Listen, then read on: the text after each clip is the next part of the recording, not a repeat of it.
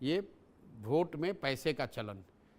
लोग यहाँ पर चाहे जितने समझदार हों, लेकिन एक ये जो पैटर्न बन गया है राजनीतिक दलों या नेताओं के द्वारा पैसा देना, हालांकि मैं मानता हूं कि पैसे से लोग वोट बेच नहीं रहे हैं, क्योंकि दोनों ही दल पैसा दे रहा है, फिर भी वोट तो एक ही किसी को ज़्यादा मिल रहा है, तो पैसे का उतना असर नहीं है। लेकिन it is one of the I would say major problems in the southern states. ये परेशानी इतनी ज़्यादा नॉर्दर्न स्टेट्स में नहीं है, दूसरी परेशानी वहाँ ज़्यादा हो सकती है, लेकिन ये जो पॉलिटिकल करप्शन, खासकर वोटर को चुनाव से पहले पैसा देने की जो बात है, ये नॉर्दर्न स्टेट्स में इतना नहीं है, सदर्न स्टेट्स में ये ज़्यादा, खासकर तमिलनाडु, कर्नाटक और आंध्र प्रदेश, तेलंगाना में हम लोग देख रहे हैं।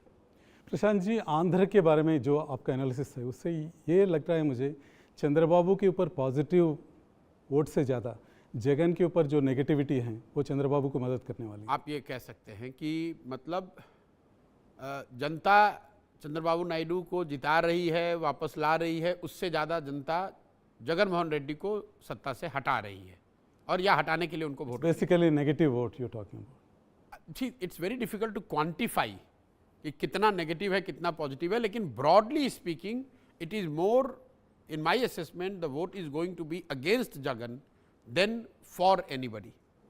Thank you very much Prashant ji, आप स्टूडियो आने के लिए, थैंक यू, राय बताने के लिए धन्यवाद।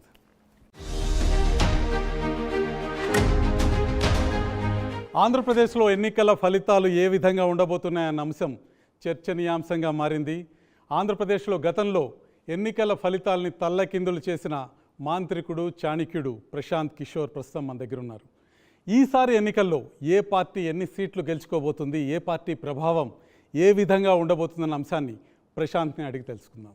प्रशांत जी, अब आंध्र के बारे में बात करते हैं. आंध्र प्रदेश में आप जगन मोहन रेड्डी के साथ मिलकर काम करते थे.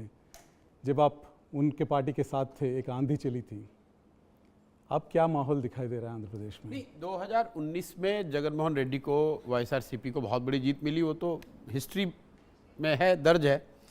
लेकिन इन चुनावों को लेकर आंध्र में चूँकि मैं जुड़ा रहा हूँ, तो मैंने पहले, आज से 3-4 महीना पहले भी कहा है कि जहाँ तक मेरी समझ है आंध्र प्रदेश में जगन मोहन रेड्डी की बड़ी हार होने जा रही है। और ऐसा आज मैं चुनाव के समय नहीं बोल रहा हूँ, 1-1.5 साल पहले जब जगन मोहन रेड्डी मेरे से आकर दिल्ली में मिले, तब भी मैंने उनको कहा कि मेरी समझ से इस बार आपकी बड़ी हार होगी। Obviously he will not agree, लेकिन मीडिया का कहना है, लोगों का कहना है कुछ चीज़ बिगड़े हैं आपके और जगन मोहन रेड्डी के बीच में, नहीं, वजह से हमारा जगन मोहन रेड्डी से क्या बिगड़ेगा? हमारी तो उनसे दोस्ती है, अच्छा संबंध शुरू से रहा है। जो लोग मुझे जानते हैं या आंध्रा की पॉलिटिक्स को फॉलो करते हैं, उनको मालूम है कि आंध्रा के रिजल्ट के बाद मैं कभी जीवन में आंध्रा में वापस आया ही नहीं हूँ, तो बनना बिगड़ना क्या है, मैं तो अपना काम बिहार में कर रहा हूँ। लेकिन जगन मोहन रेड्डी आज से 1-1.5 साल पहले इन चुनावों को लेकर मेरे से मिलने दिल्ली आए थे, मेरी मुलाकात, लंबी बात भी हुई थी।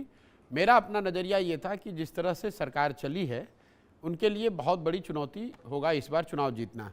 जगन मोहन रेड्डी अपनी उनकी जो समझ है उसके अनुसार उनको लगता था कि इस बार तो कोई लड़ाई है ही नहीं, जीत हार छोड़िए, हम तो 175 सीट जीत सकते हैं। तो मेरा अंतिम उनको यही था कि भाई अगर आप जीत ही रहे हैं और आपको लगता है कि आप 175 जीत जाएंगे तो बहुत अच्छा है, जाके चुनाव लड़। अच्छा, ये बता दीजिए जगन मोहन रेड्डी ने क्या गलती किया ताकि उतनी बड़े मेजॉरिटी से आप बता रहे कि हार के ओर बढ़ रहे हैं? मैं आपको बता रहा हूँ, गलती कोई एक नहीं करी है। जैसा आपने ठीक कहा कि इतनी बड़ी हार के, इतनी बड़ी जीत के बाद अगर आप 4 साल या 5 साल में हार के कगार पर खड़े हैं तो you must have done series of blunders.